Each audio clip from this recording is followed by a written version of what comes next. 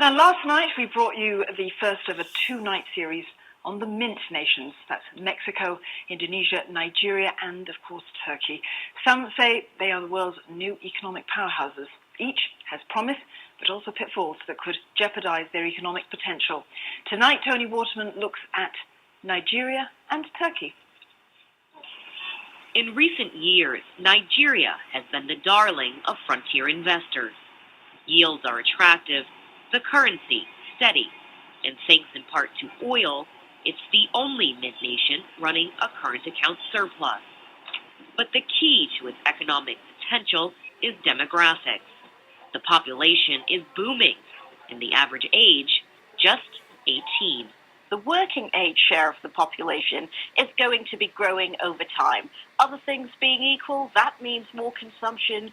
That's not to downplay, however, the structural reforms that are still needed for Nigeria to be able to realize its growth potential. Some reform has already started.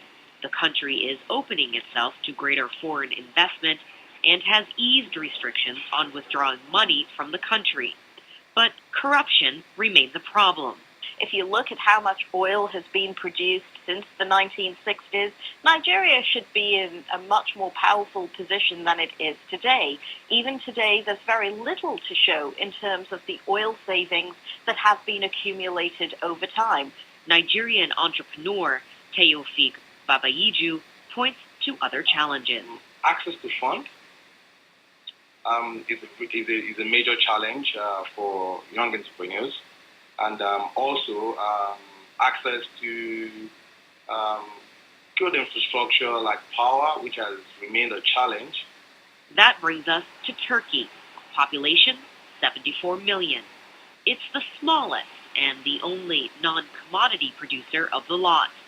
It too has a young population, the average age 29.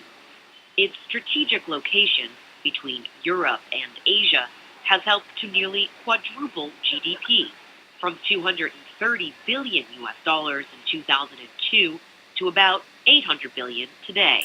Over the past 10 years, yes, we've had steady economic growth, but really we've had a series of crises where each time Turkey was somehow able to pull itself really back from the brink.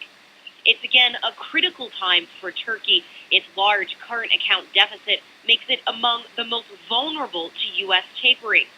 And political instability is once again rocking the nation. Investors right now are becoming increasingly concerned by the political turmoil in the country. I'm a big believer in Turkey.